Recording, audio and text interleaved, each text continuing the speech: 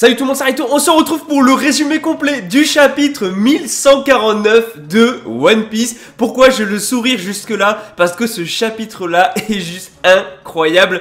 Ne vous inquiétez pas, on va parler de ce qui se passe. Je vais vous dire tout ce qui se passe ici en allant directement à l'essentiel. N'oubliez pas, il y a la review derrière, donc forcément on va pas trop partir dans la théorie, mais je vais peut-être en balancer vite fait. Mais en tout cas, c'est parti. N'hésitez pas à liker la vidéo si elle vous plaît, à disliker si elle vous plaît pas, mais surtout le plus important, abonnez-vous si vous aimez One Piece. On parle que de One Piece sur cette chaîne, on est sur une chaîne dédiée à One Piece. Je pense que tu peux t'abonner du coup si tu es fan. En tout cas, c'est parti. D'ailleurs, je veux tes théories et tout en commentaire parce que là, chapitre 1149, une seconde. Alors, allez, vas-y, on va attaquer parce que j'en peux plus, il faut que j'en parle.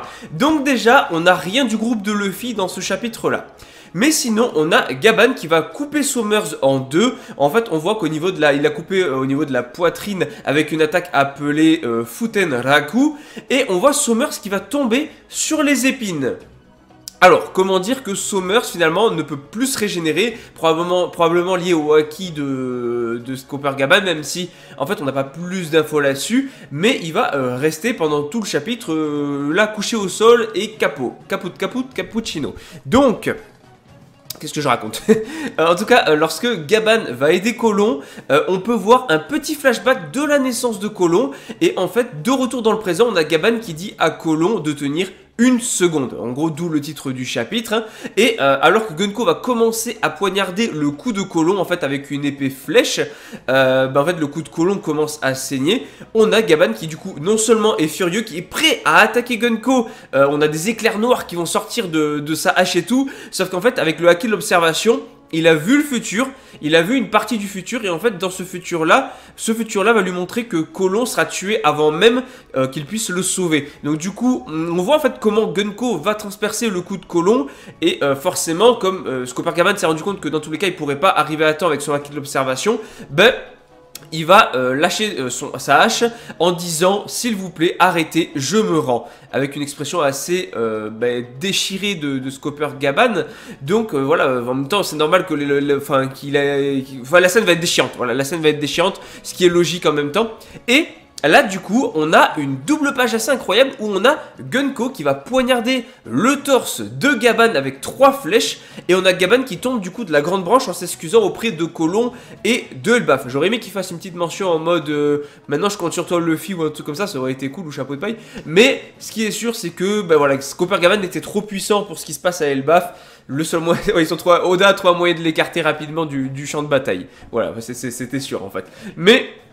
après ça, du coup, on a la dernière double page incroyable du chapitre. Préparez-vous, non mais là, préparez-vous à ce que je vais vous dire, vous n'êtes pas prêts. Alors que Colon, forcément, va pleurer son père, on a Gunko qui se souvient soudain de quelque chose de son passé. D'abord, on voit une femme adulte qui pleure et qui crie, et elle va crier... père. Donc en fait on a les cheveux de la femme qui sont assez similaires à ceux de Gunko, mais on voit pas forcément ses yeux ni son visage, donc on peut pas trop définir à 100% si c'est Gunko. Mais pour moi, cette femme adulte, c'est Gunko, et ça va justement venir compléter la suite, puisque on a Gunko qui dit qu'elle est ce souvenir. Et là on voit un autre flashback où cette fois on voit Brook, on parle de Brook, tenant la main d'une petite fille en disant yo ho ho ho, devenir un pirate est mon rêve. Donc ça se passe avant qu'il devienne pirate. Et il y a fort à parier que cette petite fille c'est Gunko, que Gunko est potentiellement la fille de Brook, et que l'autre partie du flashback où on voit une femme crier père, c'est quand Gunko a appris la mort de Brook.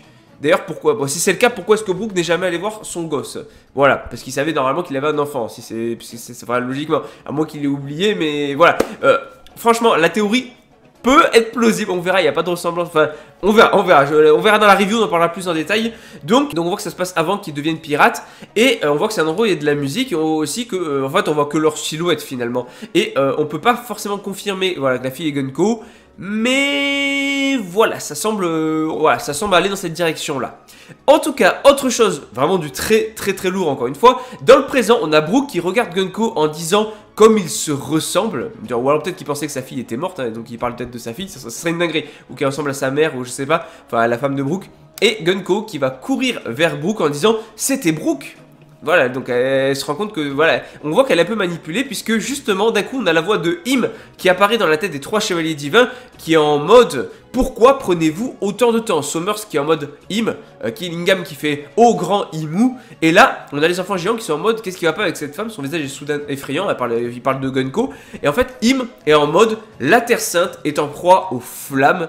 Nous avons besoin de la puissance militaire, maintenant. Qu'est-ce qui se passe? Est-ce que c'est Dragon, les révolutionnaires qui attaquent carrément Marie-Joise? Non, ça serait une tuerie, ça serait une dinguerie. On en parlera dans la review.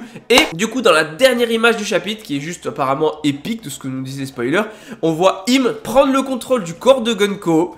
Et Gunko a maintenant les yeux de Im et plusieurs éclairs noirs sortent de son corps. Et Im qui dit, écoutez bien, je vais vous montrer ce que signifie être gouverné par un dieu. Pas de pause la semaine prochaine, c'est une dinguerie. On l'oublie pas en tout cas, One Piece, c'est la vie.